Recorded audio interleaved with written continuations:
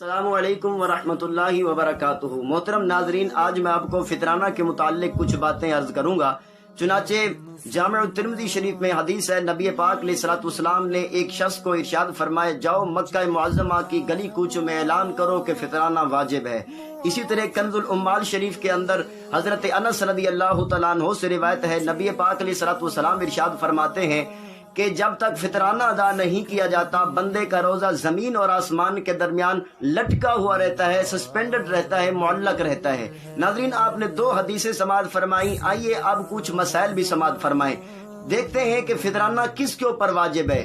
تو ناظرین، فطرانہ ہر اس مرد و عورت پر واجب ہے جس کے پاس 7.5 تولہ سونا یا 52.5 تولہ چاندی ہو، یا اس کے پاس اتنی رقم ہو جو رقم 52.5 تولہ چاندی کی قیمت بن سکے، یا اتنی مالیت کا مال تجارت اس کے پاس ہو لیکن یہ سب چیزیں حاجت اصلیہ سے فارغ ہوں۔ ایسے بندے کے اوپر، چاہے وہ مرد ہو یا عورت ہو، اس کے اوپر فطرانہ واجب ہوتا ہے۔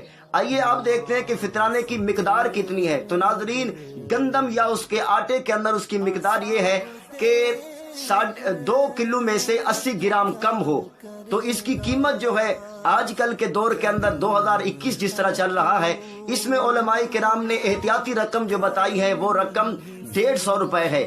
یعنی اگر کوئی بندہ 150 روپے ادا کرے گا تو اس کا فطرانہ ادا ہوگا، اگر فطرانے کی نیت سے ہو تو۔ اللہ تبارک و تعالی ہم سب کو ان احکامات پر عمل کی توفیق عطا فرمائے، آمین بجاہ النبی الامین وصلی اللہ تعالی علیہ وسلم۔